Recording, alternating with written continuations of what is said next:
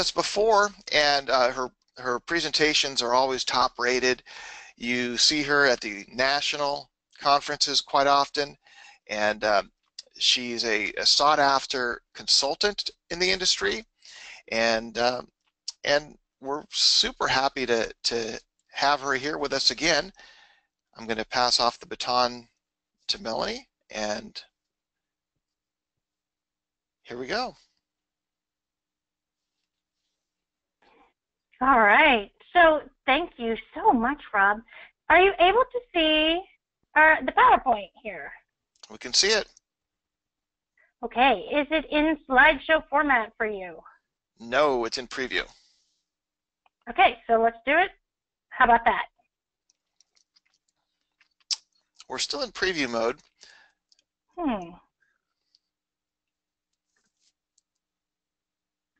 Okay, so it seems like we're having just a tad bit. We can do one of two things. You can click presenter view and try it, and if that doesn't work, I can present for you. Okay, well, I'm in presenter view, so let's just go ahead and hand it back to you so that we don't waste any folks' time as we go through this. You've got it.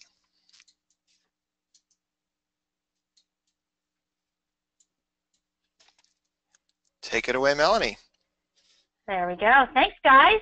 All right, so we're going to talk post-acute care collaboratives and 3 secrets for delivering great value to your referral sources. Recognizing that your time is super precious. So the first thing that I want to do is honor the fact that you are here. And we'll go to the next slide to say thank you so much for investing your precious time into this presentation. I recognize that you guys are super busy, and I'm grateful and honored for the fact that you took time out of your day to allow me into your world for these few minutes here, up to an hour. And on the next slide, we talk about my favorite saying. And so we say in our organization, massive action wins. And what does that mean? I think most of you know that I'm a clinician by background, in OT specifically, and I always want things to be perfect. Anytime I launch a new program or I go out and make sales calls, I want them to be perfect. I will also share with you that if I perseverate on perfect, I miss great opportunities. So some of the things that you hear today, you may say to yourself, well, gosh, I don't know if we're ready to do that. I don't really understand exactly how all the pieces of the puzzle fit together or what I'm going to do for my organization. And I will share with you is move. Just move. Take some of these ideas from this presentation today and ask great questions of your referral sources. And we'll get more to that later. But please know, massive action wins. That means just do it. Go out there and try your hand and learn from your referral sources on what they're facing. So most of you know who I am, and I've had the luxury of working with you in the past. You know that I just shared with you that I was an occupational therapist. I worked on both sides of this fence, both as a clinician and as a salesperson out in the field in home health since 1996. I added private duty home care and hospice to my repertoire over the years, and today I own home care sales with Cheryl Peltekis, a nurse, and we together provide sales training and management to agencies across the country and help them set sales strategy. This year, more than anything, it's about strategy. While we have one foot firmly planted in 2017, we have another foot planted in 18, 19, and 20, and how to best meet the needs of this ever-changing field. So what we do know is I'm a big fan of questions. If you have questions as we go through this presentation, please know you are always welcome to put questions in the question box. But on the next slide, what you're going to see is my cell phone. Some of you today will say to me, will think of questions later and think, well, gosh, I need to ask this, or maybe you just desire to do it in a more private format. You're always welcome to text or call, and I will be happy to answer your questions. All right, so let's get into post-acute care collaboratives. This idea for post-acute care collaboratives really is top of mind at the moment. Recognizing that I started doing what I call post-acute care collaboratives about 4 years ago is really when they started getting traction, and today they're more topical than ever. For me, post-acute care collaboratives means that I am making connections. So either as an owner, often I'm in leadership positions at agencies, or I'm empowering the marketers or salespeople to help make those connections. And I was working with a client of mine, and I have a sales rep who is 3 years in the business, and she is amazing at making these connections. And oftentimes, I wanted to just also share with you that if you're an agency owner out there or an agency leader and you think to yourself, gosh, I may not have enough manpower, meaning like a strategic sales rep, to do this, please know a lot of these tactics can be executed by your traditional marketing rep. They can lay the foundation for these conversations and bring leadership in at a time when it's appropriate. So if you're sitting out there and you're a marketer and you're saying, gosh, can I do this? Absolutely. You are in the perfect position to help lay that foundational groundwork of making connections. You heard me at the top of the hour talk about how important open-ended questions are for you guys. I know if you were with me for the making of a sales expert, the DeVero webinar that I did a few months back ago, you will know that open-ended questions are my favorite. In fact, oftentimes we talk about, let's make lists of open-ended questions. So this is going to be where you shine as a sales rep, making those connections to your referral sources and what do they want. So I'm going to define for you right now what a post-acute care collaborative means for me.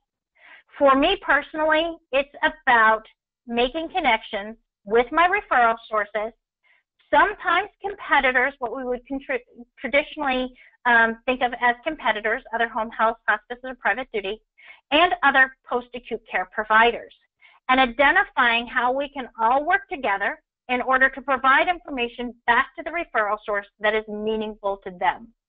So it's about making those connections.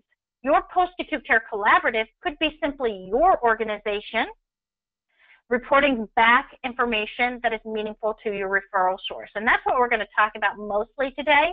But understand that I have been part of agencies where we have really created something greater than just our agency reporting out. You'll hear my business partner, Cheryl Peltekis, talk about in her home health agency in Philly and how she has created a post-acute care collaborative that also includes all of her competitors, and we'll talk about how she, together, they come up with protocols and programs for the patients from those particular hospitals. So today I'm going to talk about it very narrowly focused in regards to your agency, your numbers, your patient, and how you would report those back up to your referral sources so that it's meaningful.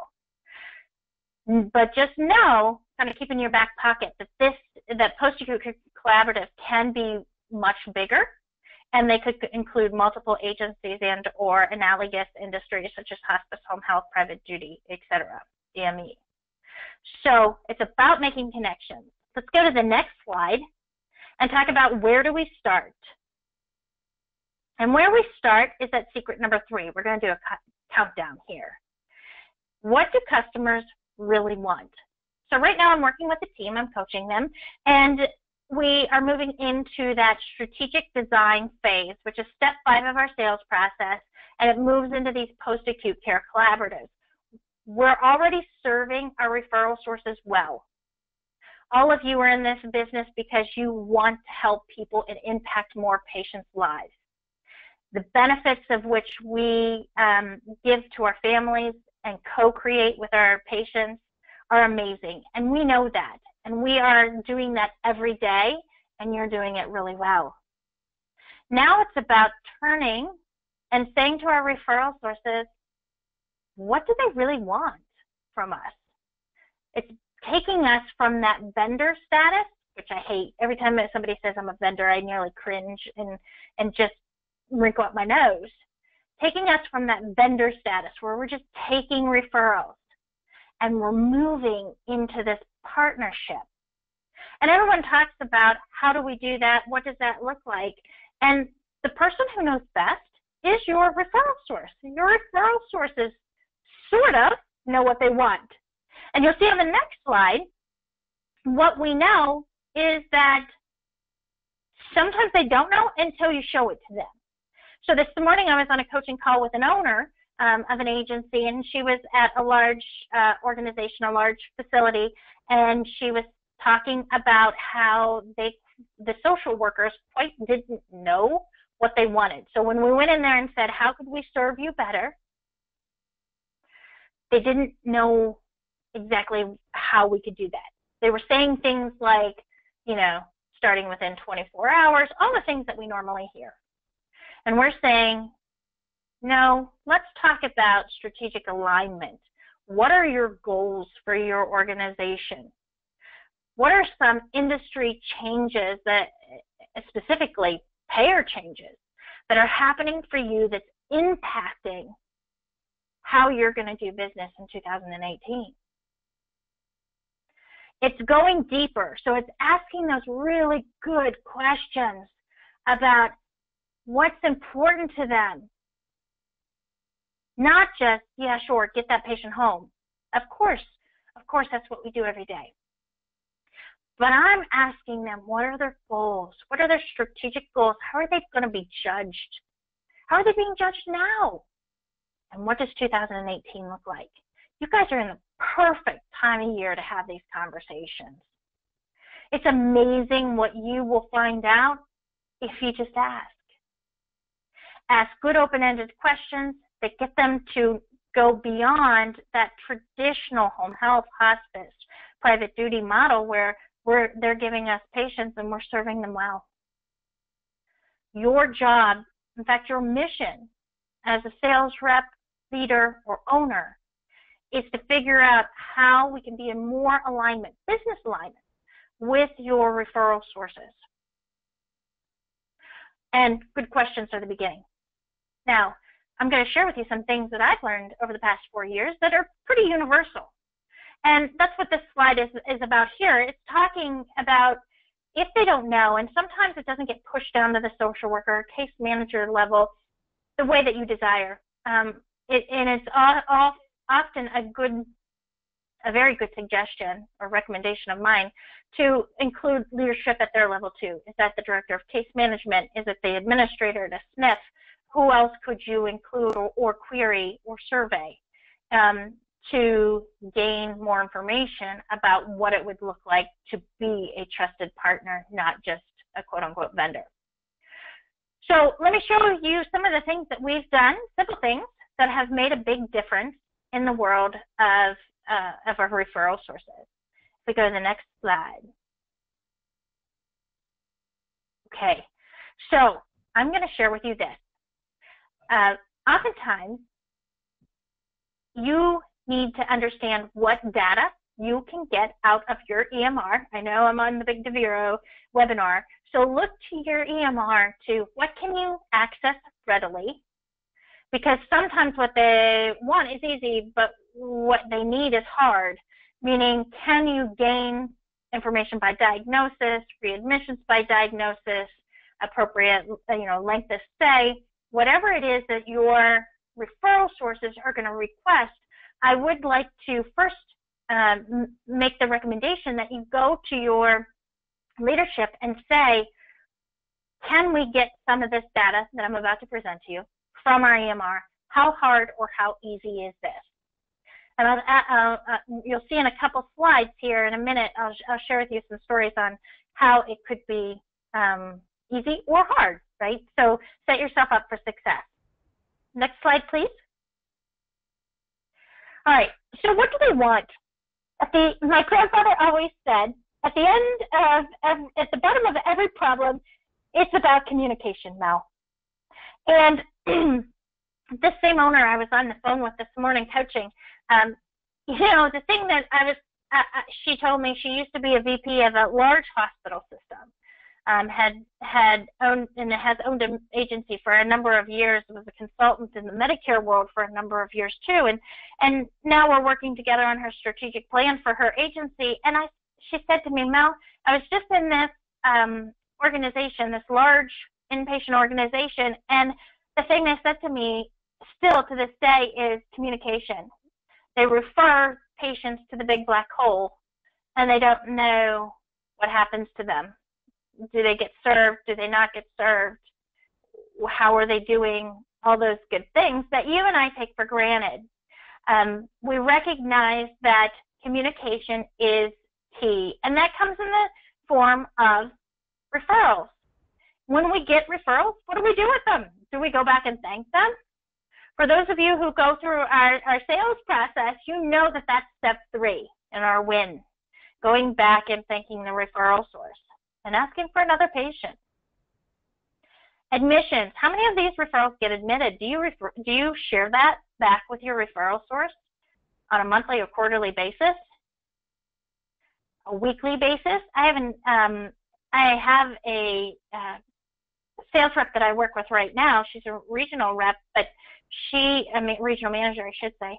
She really increased her relationship with a local hospital by delivering this information on a weekly basis, sitting down with them and problem solving what their patient outcomes are looking like, how many got referred, how many patients are getting served, how timely, and it has taken her relationship with that hospital to a whole new level, to the point where every week she walks in with this report, and after the meeting is over, she walks out with new referrals. So it helps her create that movement of gaining referrals and keeping that steady stream for her agencies. What do we do with the non-admits, or not taken for care, or not taken under service? Are you reporting those back, and are we talking about why? Are there other community services that should be presented to that patient or patient's family?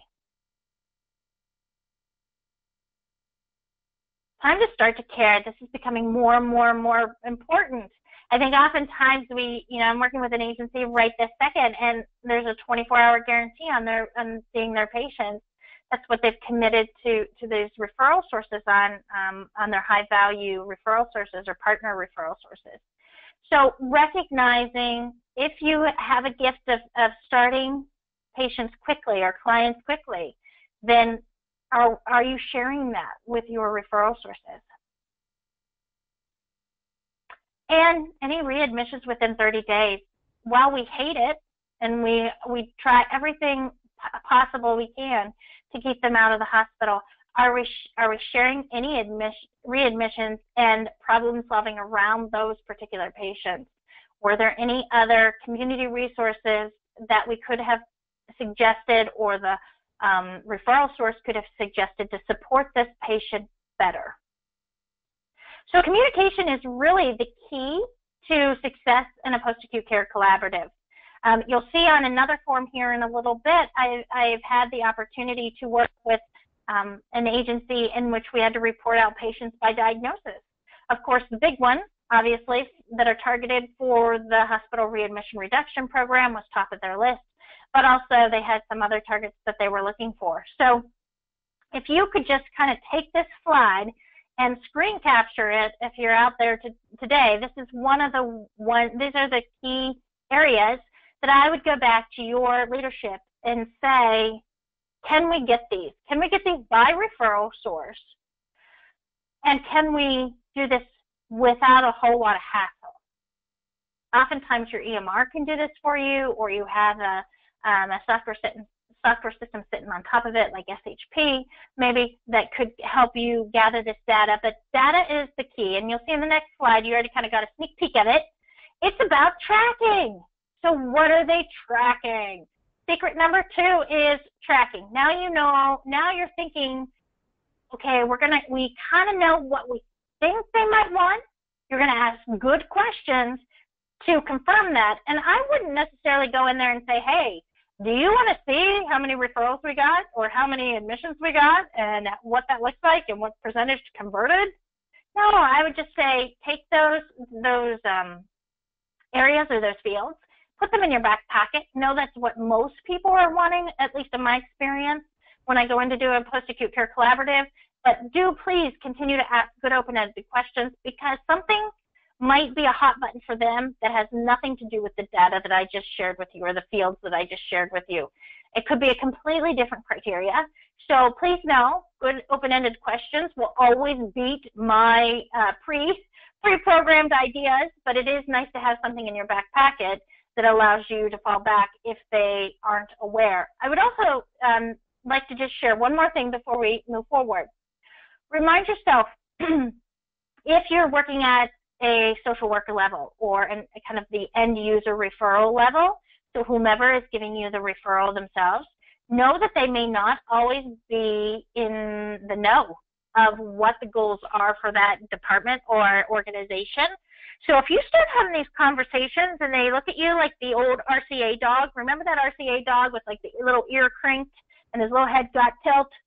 Well, recognize that they may not understand or not be privy to some of these conversations that are happening maybe at a leadership level. So don't stop there. My biggest, your biggest takeaway is massive action wins. Don't stop there. If your referral source end user who's giving you the referral looks at you like you're crazy, then you need to move to a different person, because most often there is someone in that organization, especially today, that is looking at data, who is looking at who are good partners. And some of you have seen this already. Tracking is a big deal. I tell this story, and it's a true story. I was working with an agency last year. All the agencies got called into the big hospital system, and it was a suggestion for them to come in. They thought they were coming in to get told about patient choice and all the good stuff that goes around patient choice and how they were working with agencies outside of their own hospital-based agency. They got called in, numbers got thrown up on the board, on the whiteboard, on the screen, and they said, if your name is not on here, you are dismissed. We will no longer be utilizing you in this hospital. If your name is on here, we will continue to refer to you and continue to monitor your numbers. And what they were talking about is outcomes. Of course, they were talking actually specifically about readmissions. They were tracking agencies via their patients to look at readmissions, and they didn't really tell anybody. Of course, we should have known it already, or should have at least had it on our radar. But the truth is they were tracking. And they made the decision all by themselves that they were only going to work with these agencies that had this particular readmission rate, or not readmission rate, right? And kept folks out of the hospital, and were quote unquote a good partner for them. So we know that the secret is that they are tracking, we need to be tracking. So even if you're a private duty on this call today in the webinar, I know some of you will think, well, gosh, I'm private duty, how am I going to track? You guys have EMRs, and some of you have EMRs like ClearCare that you can flip on the hospitalization switch and track them. Even if you can't track them through an EMR, nice and pretty, let's go ahead and track them the old-fashioned way through spreadsheets if you need to. If that referral source is worth to you, $500,000 a year, then goodness gracious, you can certainly track patients coming out of there. So know that there is a desire for us to present our data back to the hospitals or SNFs with rehab or wherever that you're focusing, so that you can highlight that you're a good partner to them. So secret number 2 is tracking. If you have the EMR that can do it for you, or at least help you with it, you're going to be really well off, obviously. If you have to do it by hand, that gets a whole bunch cumbersome. But we're not talking about doing it for 50 accounts. We're talking about picking your top 1 or 2 accounts and starting there. So let's see what this looks like. Let's look at the next slide. All right, so we know it's hospital to home. recognizing that traditionally the hospitals are the ones through the hospital readmission reduction program, they are the ones who are most oriented to knowing this information from you and really highlighting it. But please know with SNF, with value-based purchasing on the pike or on the horizon, I would share with you the SNF care just as much. And I will finally share with you that the docs care. I've worked with a number of ACOs, and they sure as heck care about what the data looks like as far as timeliness to service, and also keeping them out of the hospital. So let's take a look at this first form that is on the next slide. So I did this for one of my clients, and you are welcome to use it too. It was in relationship to a hospital. The idea was that we would track some very simple statistics. And that was about, and you can see it here, number of referrals, numbers of admissions, numbers of starts of care within 24 hours, that should say.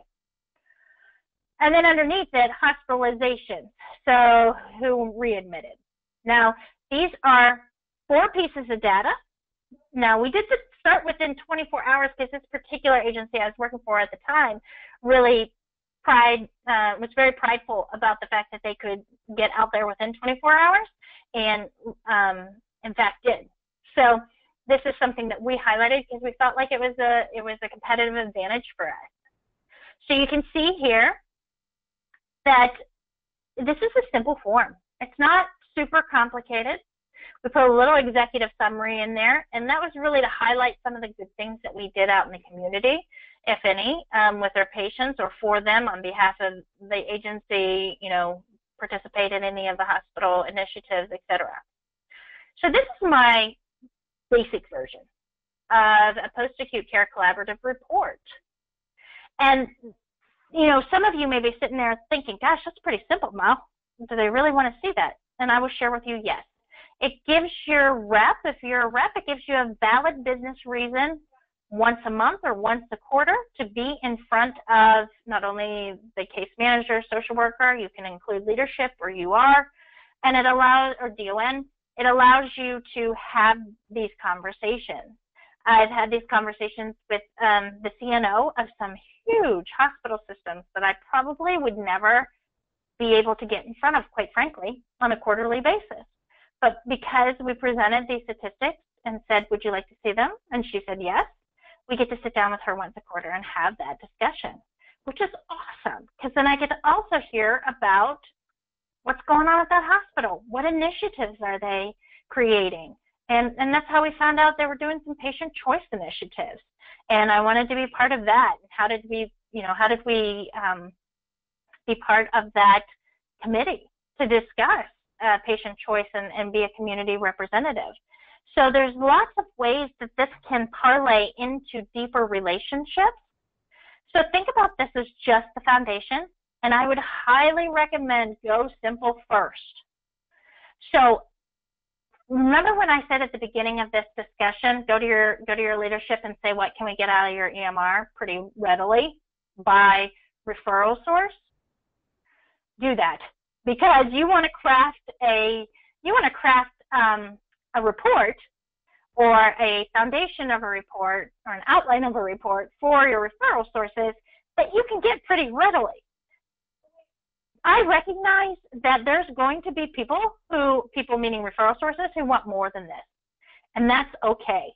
But I say start simple first, because the agencies I work for, once we start down the strategic design pathway of the sales process, man, it can get complicated fast, and then you've got a sales rep who's tied up in trying to procure data. So I would just say to you, start simple, start small, but start. So let's take a look at the next slide.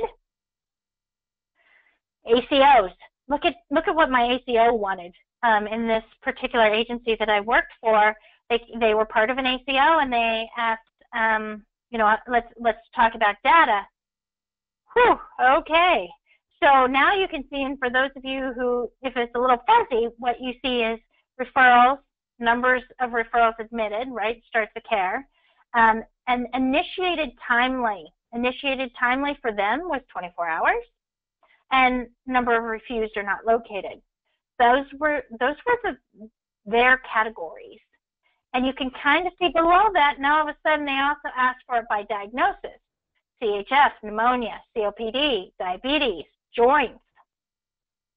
And I will share with you that this was taxing for the rep to gain this information.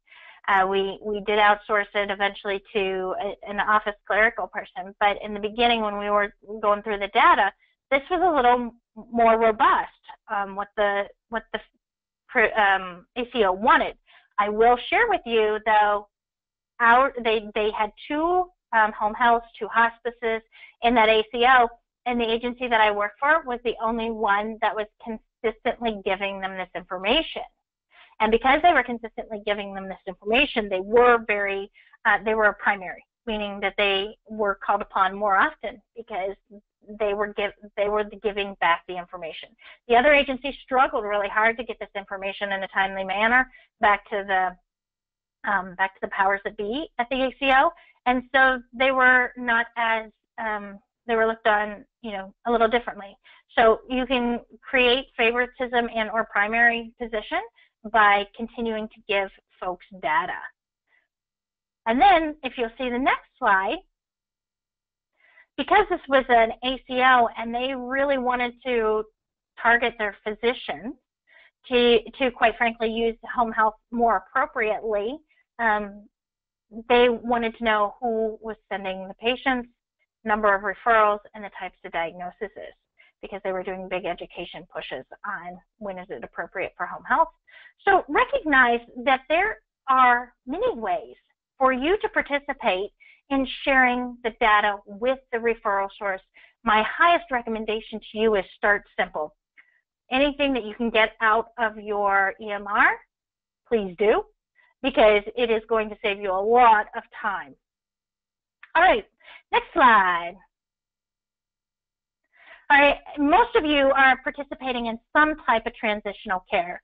And we'll go through this pretty quickly because transitional care means different things to different people. On the next slide, I have a definition of how we're just going to talk about it this afternoon, recognizing that it's care coordination. So if you are a home health or you're private duty, please know that you can define this in your own way. Just recognizing that our job as post-acute care providers is transitioning that patient home and keeping them home, ultimately reducing the readmissions. Next slide. So we know there's methods in transitional care. A lot of us are already doing pre-discharge consultations, meaning going to the family and patient in the inpatient facility and consulting with them before they go home on what to expect from their home care provider. And response time. If you're a hospice out there, oftentimes your response time is key. Can you get there within an hour to talk to the family about their decisions, and possibly even EOB signs? So recognizing that we can get into the patient quickly, and that is for all services, not just hospice, but are we able to get there and share a message of home care? Flexible intake process. Intake is such a big part of our organization. We talk about them being the unsung heroes of our organization because, quite frankly, they're superheroes. They're out there helping facilitate the referrals, and we know that intake can make or break us. But what does that look like? How are they willing to take some information on Tuesday for a discharge on Friday? Sure, that would be amazing if referral sources would call it that much in advance, but often it's last minute. So can we be flexible in those last minute discharges? Meet patient and family upon discharge. So that either in the facility, meaning pre-discharge, or upon discharge. I know there's some agencies who are meeting families at home when they get home. What does that look like? So recognizing that our customer service levels are being upped in this transitional care market. And we've talked about forever, front-end loading those visits or shifts in the first 3 to 7 days where they're the most vulnerable to readmission. And finally, the first PCP follow-up visit, which will also help them, the physician, it could help them with their transitional care management billing if appropriate. So are you, as an agency, not only helping that patient get back to their PCP visit, knowing that that's so critical for them in their healing process, but also are you alerting those physicians that, hey, there's a patient out there that just came out of the hospital, we got them, are you going to do transitional care management billing? And if so, here's an alert, patients out there. All right, so let's talk action plan. I recognize that in 60 minutes, you're not going to be an expert on post-acute care collaboratives. The idea here is to simply give you a concept to allow you to have some discussions and dialogue in your agency about what would this look like for our top referral sources. And when I say top, start with like the onesie-twosie. Don't start with like, I'm going to do 10 post-acute care collaboratives. Whew, that's going to be a lot. So, you know, take it slow, ask good questions. The good questions are they're just going to help your relationship anyways. Even if you decided to do none of the ideas that I've presented here today, the fact that you're going in and asking about goal alignment for them, oh my goodness. You know, it's one of the things we teach at our level 2 at our master's program training is how do you empower sales reps to help their referral sources on a monthly, quarterly, and annual goal, annual survey, if you will. So if you think about on a monthly, we're doing this, we're giving them data back. Quarterly, we are not continuing to give them data back, but quarterly we are looking at goal alignment, and annually we're looking at perception. You know, what is their perception of us? So the first thing that you want to do is think about who are you going to target, right? Now you may have a list of 10, and you may bring it to leadership, and they say, let's start with one, start with this one. Second, gather your data. Make sure your data's good. Nothing is worse than you being like, hey, we're going to help you with readmissions, and then looking at the data and going, oh, geez, our readmissions aren't so hot, right? So recognize, looking at your readmission rate, looking at your timely starts of care, whatever that is for you, recognizing where you think you have your competitive advantage, that's where I lead from. And then create your template. You saw the one I did for the hospital, you saw the one I did for the ACOs. It may not look like that, but it could be some version of that. So create a template that you think you could fill in accurately and, quite frankly, readily. Something that you're not going to have to stay in the office 8 hours every month to complete. Then we're going to gain an appointment with the decision makers. So once you're confident in the data, you say, yep, I got my data, I'm down with that, it looks good, I would highlight that, I'm comfortable highlighting that.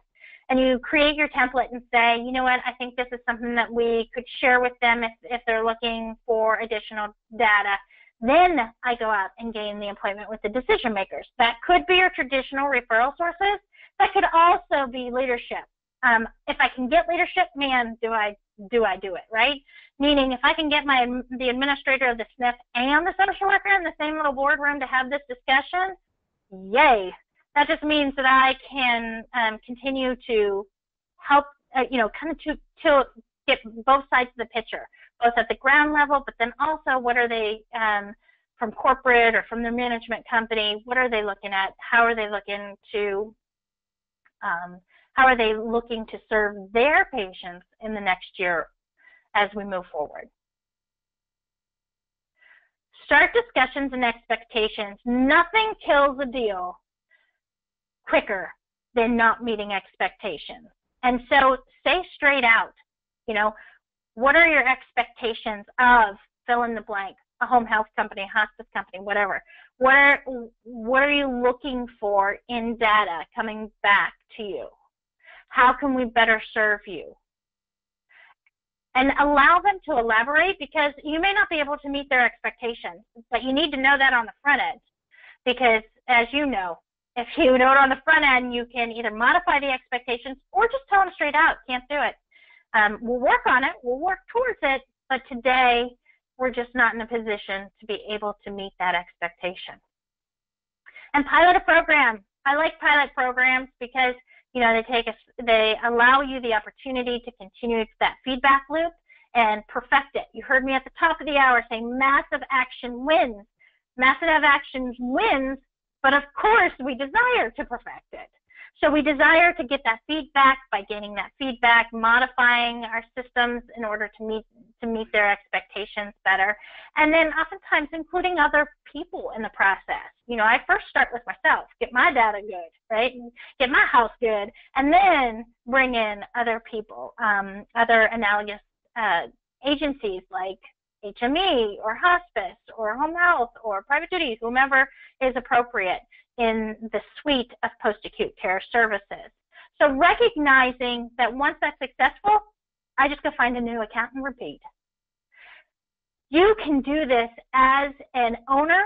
If you're a sales rep, sales manager listening today, recognizing that you've got to lead this charge. Because I never want you to be in that position. Remember at the top of the hour when I told the story about the agency I was working for, and the owner guy called in with everyone else, and whoever was not up on the screen was dismissed? I never want you to be dismissed. I always want you to be proactive so that you can have the relationship with your referral sources that make you bulletproof. It creates the barrier to entry so high that your competitors just can't get in because you've got this account in the vault. Because with these post-acute care collaboratives, that's what it does for you. It puts your account in a vault, and it creates this meaningful relationship with them that they wouldn't think about working with someone else or taking on another 4 providers, because you have the keys to the castle. You know exactly what they want. The working relationship is so deep that you are going to help more patients out in the field, impact more families, and do what you do best: care for people in their homes. So thank you for joining me today. I have a little invitation for folks out there. We talked about alignment today, and one of the tools that I use when working with agencies is a sales alignment assessment. So it's the assessment that we use with our potential clients, agencies, to talk about, are their sales in alignment, are their sales teams in alignment with what their goals are. So I invite you to discuss this for free on how to leverage your agency and have your representative be an expert in your community. If you desire to do that, you're welcome to email me and we'll set up a time to connect. I also would like to highlight that we have 2 opportunities for training this year. It's called the High Performance Sales Academy. The next one is in January in Orlando. And you also heard me talk about the Master's Program. This is an advanced sales training program.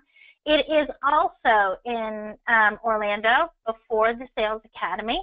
And it allows folks to really go over things like post-acute care collaborative, how to help your physicians with TCM billing.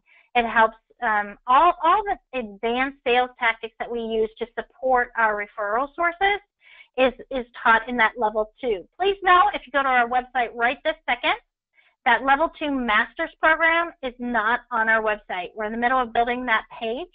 So if you desire more information about the level 2 advanced program, just give me an email and I will shoot you the information that we have right this second. If you desire to come to the Performance Academy, obviously we will also share that information with you too. All right, so here we are, 10 minutes away from top of the hour. What do we have any questions? We have questions, and I'll go ahead and I did receive a couple questions here, and I just wanted to mention that the reports that you're doing there, anyone who's using Devero or NetSmart Home Care or NetSmart Vision, those reports are available largely to give you that information. If you need help, just contact support, and they'll help you out there. Someone did submit a question, Melanie, about those reports, which were pretty innovative. I really enjoyed seeing those. If we're looking at the, let me grab the question specifically, the comments field. What do you put in the narrative, the comments typically, or the executive summary rather? Yeah, so that's a great question. So I'll give you an example because I love this example. That particular agency 1 month had a patient that they stopped. It was an AL patient, came from the hospital, but went to the AL. And that patient had the opportunity, let's just say, to go into the hospital 6 times over 1 weekend. And the RN from that home health agency who was on call went out to that AL 6 times over the weekend in order to address that patient's issues. And so that doesn't sound like a big deal, right? Because no one would ever report that. Meaning, if you're just reporting data, that would never get captured.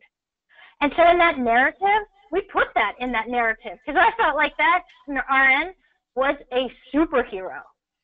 She went out there so many times to that AL that weekend because they didn't have an RN on staff, you know, at that particular AL. So there was no one there locally to help that patient.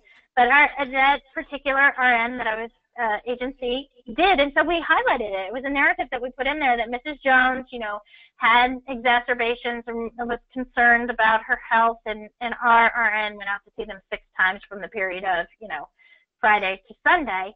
And we put it in there, and that was commented on a whole bunch, right? Meaning at the next meeting, the leadership at that particular facility was like, I can't believe that y'all went out there 6 times. Good job. Thank you so much. She is a challenge.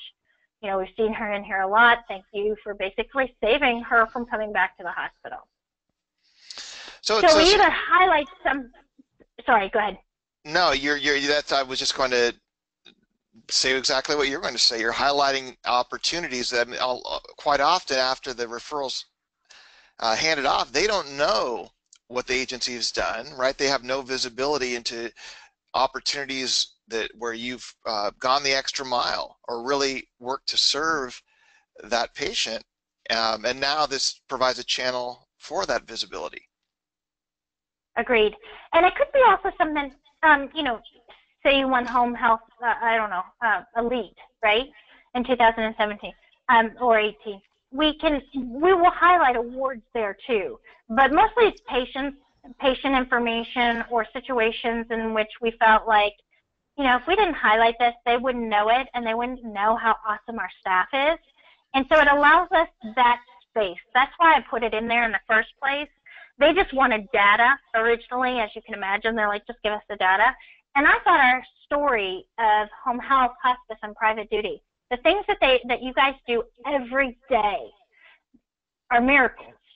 And we've got to highlight them in some way to show that we, you know, go beyond the data. So someone else asked about other resources, and you just touched on one, the Home Health Elite that's published by its Ability Network, right? Who it started with OCS, and they were acquired by Ability, that who many agencies use to submit or to access submit claims or access the common working file. They published this list, and I wonder how many agencies maybe just go about their business without touting that they're on that list, perhaps? Sure. So I think, you know, one of the things that my personal belief is that home health, hospice, and private duty is underutilized. I believe that there are patients out there who are suffering that could benefit from our services.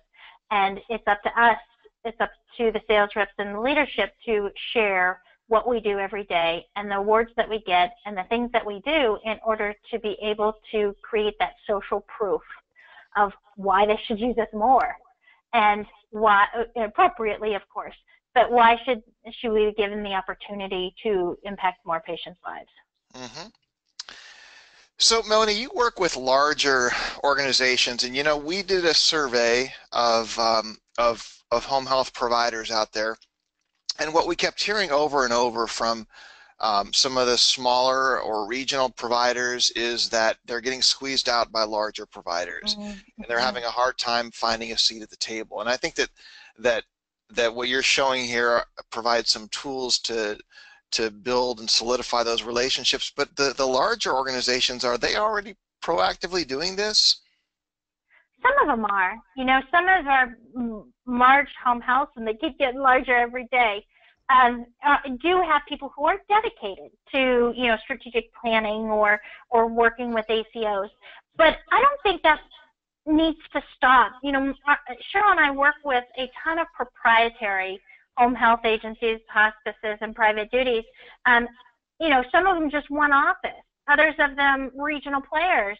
And then, of course, we've worked with national folks too. But what I will share with you is every agency has its own gift, whatever that is. And often at times it comes from the owners or the leadership of, this is what we do well, this is who we're committed to. And, be it I do all my starts within 24 hours a day, or I shine at IVs, right? Or, whatever it is that your agency is, the gift that your agency has. Cheryl and I talk a lot about where are your differentiators, where are your unique selling points. And that's where you want to drive, the data's the data. You're going to do the data, but you're going to also use this as a mechanism to shine. And that's what we teach our sales reps at the academy, is take the pieces that you shine at, the things that you do well, and really create a platform or a foundation for you to share this with your referral sources and their leadership. So if you're out there and you're like, oh my gosh, you know what? We're not a huge agency. We're family owned and operated. Man, that's great. Let's take that and elevate it to the next level, get these conversations going so that you can have a seat at the table. It's amazing to me how open people are right now. The reps, I manage a team of sales reps in the Midwest for home health, proprietary owned home health, and we've been talking about hospital readmissions for about 4 years. It's this year. They're literally getting called in to be part of task force and committees at the hospital to craft what this looks like at the SNFs. And man, is it a great time to be in home health, hospice, and private duty. The referral sources are hungry for solutions. Value-based purchasing is coming in some form. And we know that home health, hospice, and private duty, it's the answer. It's the answer to a lot of their challenges. They just quite don't know how to fit us in. So if your sales reps out there, if you're out there talking to these folks and having these intelligent conversations with them, elevate yourself. Gone are the days that you have a sales rep who's delivering donuts and, cookies. We're empowering sales reps every day to get them to this level so that they can bring you in as leadership to have these confident discussions and how you can help them and elevate yourself beyond, that dreaded patient list, or we just hand out 3 brochures and God love them which one they pick, because we all have smiling old people on our brochures that look really lovely, but that isn't going to do it. We're now at a point where you have to be in the mix. You have to be having these conversations with these referral sources because they need you. And quite frankly, the patients need you. Just one more question, Melanie, before we wrap it up. Of course, people are asking about the slide presentations. I didn't get a chance to post that, and I apologize because I know you're looking for those forms. I will, as soon as we end the presentation, within 10 minutes, I'll email those out to all the attendees. Finally, I think, in terms of data, Melanie, we heard a study come out, and I think it was Elevating Home who put it out, where there was some data presented about the percentage of home health patients or those who were ordered home health who didn't receive it because they refused. And I think I saw anywhere between 20 and 40% in some cases. And it was presented like it was an opportunity for home health providers in terms of revenue, but really it's more important to these referral sources, right? How can you go the extra mile to minimize that and demonstrate that back to the referral source? That's a great question. Thank you so much for asking it. I think one of the things that breaks all of our hearts, both from the revenue side, because, being a sales rep myself, at heart, I recognize that every patient who doesn't get served also affects my rep's pocketbook, in addition to the agency's pocketbook, but most importantly to that patient and that patient's family. So I totally get that there will always be some folks who refuse or end up as a non-admit. I will share with you that most agencies I work with, we implement a program in which, we have a protocol in place. Sure, intake calls them, it welcomes them to the organization, welcomes to home health, lets them know that the doctor has given them an order. We try to minimize that by face-to-face visits with our sales reps at the inpatient facility if they're coming from that. We also try to go the extra mile of having our nurses do drive-bys. All these things that we have in a protocol, because we recognize that that's not just missed revenue. That's impacting the referral source potentially, and for sure it's impacting that patient and that patient's life and families. So we know that having folks who are non-admitting, we're going to go the extra mile to make sure that we do everything within our power to make sure that that family gets the help that they deserve and gets the care that they need. Melanie, thank you so much for joining us today and presenting this valuable information. Everyone who joined us today, thank you so much. Don't forget to take Melanie up on her offer. I think that's a great one. Her contact information is here. The slides will be coming out to everyone within 10 minutes, and the recording link will be available within 24 hours. You'll get an email on that as well. So we're going to end the webinar. We went a little bit over, so apologize for that, but we've greatly valued your time, and we thank you so much for joining us today, and have a great day, everyone. Thanks, guys. Have a great weekend. Bye-bye.